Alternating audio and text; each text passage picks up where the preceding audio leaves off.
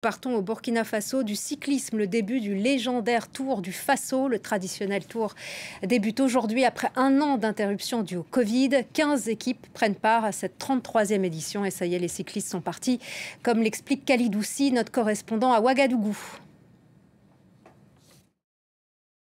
Après une année de trêve due à la crise du Covid-19, le Tour du Faso reprend du service cette année. Et pour cette 33e édition, 16 équipes représentant 14 pays vont parcourir plus de 1200 km pour traverser 10 régions en 10 étapes. Contrairement aux années précédentes, le départ n'est pas donné ici à Ouagadougou, mais à Banfora, dans la région des Cascades. Le Tour du Faso est une compétition de dimension internationale.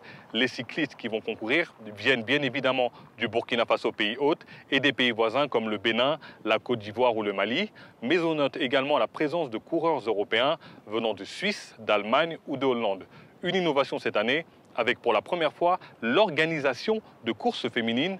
Rappelons que cette 33e édition du Tour du Faso se tient dans un contexte sanitaire et sécuritaire difficile, causé par des attaques djihadistes à répétition.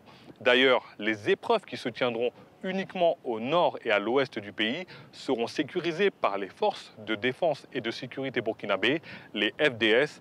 À noter un grand absent cette année, Francis Ducreux, ancien cycliste français, régisseur du Tour du Faso, qui est décédé en mai dernier. Francis Ducreux est une figure du vélo en Afrique de l'Ouest avec l'organisation des Tours du Togo, du Bénin ou encore du Mali.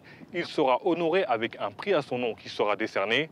Alors, qui succédera à l'Angolais Dario Antonio, vainqueur en 2019? Réponse le 7 novembre prochain. Ce sera